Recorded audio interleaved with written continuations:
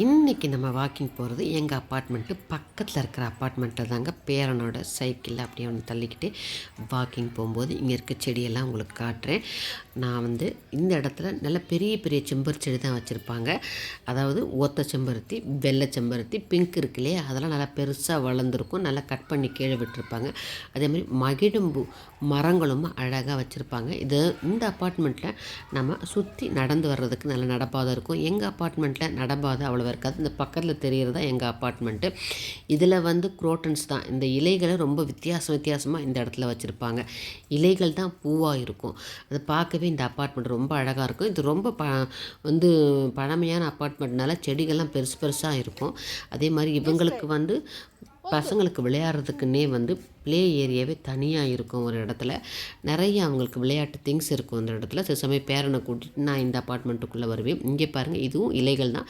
இலையே எப்படி பூவாக இருக்குது பார்த்தீங்களா? பூவும் தனியாக இல்லாமல் இலையே பூவாக இருக்கும். 3 வகை கலரில் இருக்கும். எல்லோ, லைட் ஒயிட்டு, க்ரீன் அந்த மாதிரி இருக்கும்.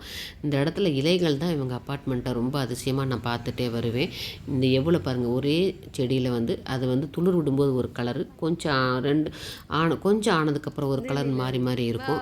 அதே மாதிரி இந்த பிங்க் அப்புறம் தூரத்துலேருந்து பார்க்கும்போது ஏதோ காகிதப்பூ மாதிரி தெரியுதுல்ல, அப்படிலாம் கிடையாதுங்க.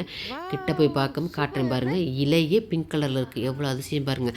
இந்த இலைகளுடைய கலர்களை பார்க்குறதுக்கே இந்த அப்பார்ட்மெண்ட்டுக்கு வருவேன். அப்பப்போ சுற்றி அப்படியே பார்த்துட்டு போவேன். ஏன்னா இவங்க வித்தியாசமாக இலைகளே பூவாக இருக்கிற அந்த செடி தான் சுத்தமாக வச்சுருப்பாங்க, சுற்றி வச்சுருப்பாங்க. அது இல்லாமல் இந்த அப்பார்ட்மெண்ட்டு ஸ்விம்மிங் பூல் இருக்குங்க, நீச்சல் குளம் இருக்கும்.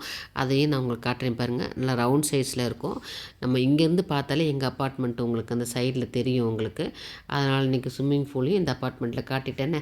இந்த அப்பார்ட்மெண்ட்டில் உள்ளே வாட்ச்மேன் கிட்ட பர்மிஷன் கேட்டோம்னா உள்ளே விட்டுருவாங்க. நான் வாக்கிங் மாதிரி தானே பேரனை கூட்டிகிட்டு போகிறேன், அதனால் பிரச்சனை இல்லை.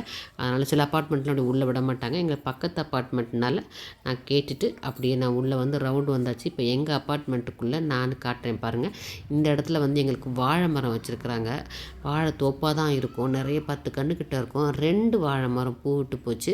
ரொம்ப அருமையாக இருந்துச்சு. கொலை விட்டுருக்கோம். நல்ல நாட்டு வாழைங்க.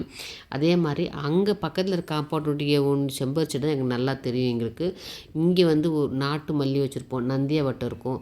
அதே மாதிரி அரளிப்பூ, அந்த மாதிரி இப்போ தான் எல்லாம் வச்சுட்டு வரோம். அதே மாதிரி எங்களுக்கு உங்களுக்கு இலந்த மரம் இருக்கும். அந்த இலந்த மரம் எப்படி வந்துச்சுன்னு தெரியல. ஒரு இலந்த மரம் ஒன்று வந்திருக்குது. நான் சொல்ல இந்த கத்தாழை வெரைட்டி, அதாவது ஃபயர் பால் லில்லி அப்படின்றாங்க. அடுக்கு செம்பருத்தியும் நாங்கள் வச்சுருக்குறோம் எங்களுடைய இதில். அதே மாதிரி உங்களுக்கு இது தானாக முளைச்சி வந்ததா என்னன்னு தெரியல. அவரைக்காய் நல்லா படர்ந்து இருக்கும்.